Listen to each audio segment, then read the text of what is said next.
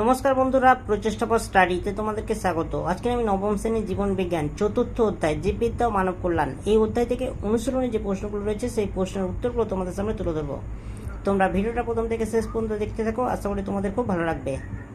বন্ধুরা, প্রথমে তোমরা এমসিকিউ প্রশ্নের উত্তরগুলো তোমরা দেখে নাও। প্রথম প্রশ্ন হচ্ছে, রক্তে অধিক পরিমাণে থাকা অ্যান্টিবডিটি হলো, এর উত্তরে আইজিজি, অপশান এ। 2 নম্বর প্রশ্ন হচ্ছে, বৃহত্তম অ্যান্টিবডি হলো, এর উত্তরে অপশান সি, আইজিএম। 3 নম্বর প্রশ্ন হচ্ছে, কোলোস্টামে উপস্থিত অ্যান্টিবডিটি হলো, এর উত্তরে আইজিএ, অপশান এ। 4 নম্বর প্রশ্ন হচ্ছে, অভ্যন্তরীণ প্রতিরক্ষার অংশ নেয়, এর উত্তর হবে অপশান ডি, ম্যাক্রোফাজ। 5 নম্বর প্রশ্ন হচ্ছে, সব অ্যান্টিবডি, এর উত্তর হবে গ্লোবিউলিন, অপশান বি।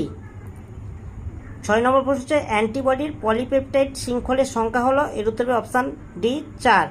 7 নম্বর প্রশ্ন হচ্ছে, অনাক্রম্য তন্ত্রের যে কোষগুলি ভাইরাসকে গ্রাস করে তা হলো, এর উত্তরে ম্যাক্রোফাজ, অপশান সি। 8 নম্বর প্রশ্ন হচ্ছে, রস নির্ভর অনাক্রম্যতার জন্য দায়ী হলো, এর উত্তর হবে অপশান ডি, বি কোষ। 9 নম্বর প্রশ্ন হচ্ছে, বসন্ত রোগের টিকা আবিষ্কার করেন, এর উত্তর হবে অপশান বি, জেনার। 10 নম্বর প্রশ্ন হচ্ছে, বিসিজি ভ্যাকসিন যে রোগে ব্যবহার করা হয় তা হলো, এর উত্তর হবে টিউবারকিউলোসিস।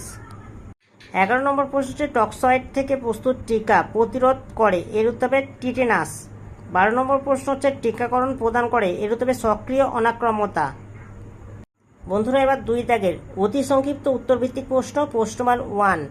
একটি শব্দে বা একটি বাক্যে উত্তর দাও। প্রথম প্রশ্ন হচ্ছে, একটি ব্যাকটেরিয়া ঘটিত রোগের নাম, এর উত্তর হবে যক্ষা বা টিবি। 2 নম্বর প্রশ্ন হচ্ছে, ক্রাইপোটিন কি, এর উত্তরটা তোমাদের দেখিয়ে দিচ্ছি, তোমরা দেখে নাও। বন্ধুরা, ব্যাসিলাস থুরিনজিয়েন্সিস জৈব নিয়ন্ত্রক হিসাবে বহুল প্রচলিত একটি ব্যাকটেরিয়া। এদের দেহে উৎপন্ন ক্রাইপোটিন থেকে বিটি টক্সিন নিঃসৃত হয়। এই টক্সিনের প্রভাবে পতঙ্গদের লার্ভার মৃত্যু ঘটে। এটি উত্তর হবে বন্ধুরা।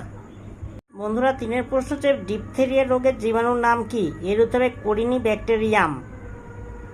বন্ধুরা, 4 প্রশ্ন হচ্ছে, পেস্ট কি, এর উত্তরটা আমি দেখিয়ে দিচ্ছি, তোমরা দেখে নাও। বন্ধুরা, যেসব প্রাণী বা প্রাণী প্রজাতি প্রত্যক্ষ বা পরোক্ষভাবে মানুষের অর্থনৈতিক ক্ষতি করে তাদের পেস্ট বলে।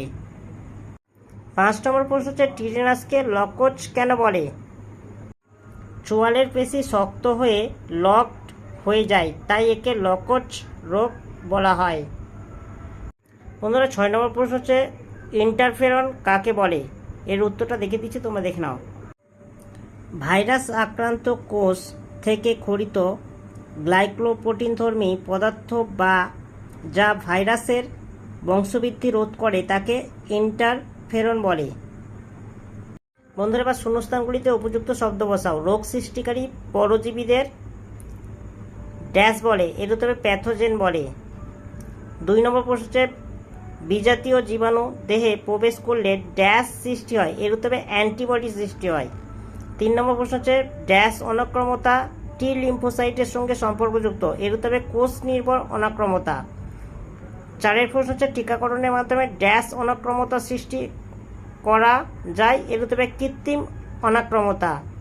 এইচআইভি হলো ড্যাশ রোগের ভাইরাস, এর উত্তরে এইডস রোগের ভাইরাস। বন্ধুরা, এবার সত্য অথবা মিথ্যা নিরূপণ করো। প্রথম প্রশ্ন হচ্ছে, ফুসফুসের সংক্রমণজনিত একটি রোগ হলো জন্ডিস, এর উত্তর হবে একদম মিথ্যা, কারণ জন্ডিস হচ্ছে যকৃতের সংক্রমণ গঠিত রোগ। 2 নম্বর প্রশ্ন হচ্ছে, এক্সোজেনাস অ্যান্টিজেনের উদাহরণ হলো পরাগরেণু, এর উত্তর হবে একদম সত্য, ঠিক। 3 নম্বর প্রশ্ন হচ্ছে, ভ্যাকসিন শব্দটি ল্যাটিন শব্দ ভেকা থেকে হয়েছে, এর উত্তর হবে একদম ঠিক। 4 নম্বর প্রশ্ন হচ্ছে, এইডস একটি ব্যাকটেরিয়া ঘটিত রোগ, এর উত্তর হবে একদম ভুল, কারণ এইডস হচ্ছে ভাইরাস ঘটিত রোগ। ডেঙ্গু রোগের প্যাথোজেনের নাম হচ্ছে ফ্ল্যাভিভাইরাস, এর উত্তর হবে একদম ঠিক। বন্ধুরা, এবার বাম স্তম্ভ ডান স্তম্ভ দেখো। সায়ানোব্যাকটেরিয়া, এর উত্তর হবে দেখো জিপসার।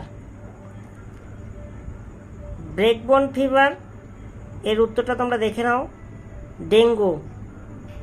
3 হচ্ছে টিকোস, এর উত্তর হবে কোষভিত্তিক অনাক্রম্যতা। 4 হচ্ছে বিটি টক্সিন, এর উত্তর হবে ব্যাসিলাস থুরিনজিয়েসিস। 5 হচ্ছে অ্যালার্জি প্রতিরোধ করে, এর উত্তর হবে আইজিই। বন্ধুরা 1 ও 2 থেকে সমস্ত প্রশ্নের উত্তরগুলো তোমাদের সামনে তুলে ধরলাম। 3 দাগের ও 4 দাগের প্রশ্নের উত্তরগুলো যদি তোমাদের প্রয়োজন হয় তাহলে আমাকে কমেন্ট করবে, আমি সমস্ত প্রশ্নের উত্তরগুলো তোমাদের সামনে তুলে ধরার চেষ্টা করব। বন্ধুরা উত্তরগুলি যদি ভালো লাগে একটা লাইক করো, চ্যানেলে নতুন চ্যানেলকে সাবস্ক্রাইব করবে, কমেন্টে জানাবে তথ্যগুলো কেমন হয়েছে, আর ভিডিওটা বন্ধুদের মধ্যে একটু শেয়ার করে দিও।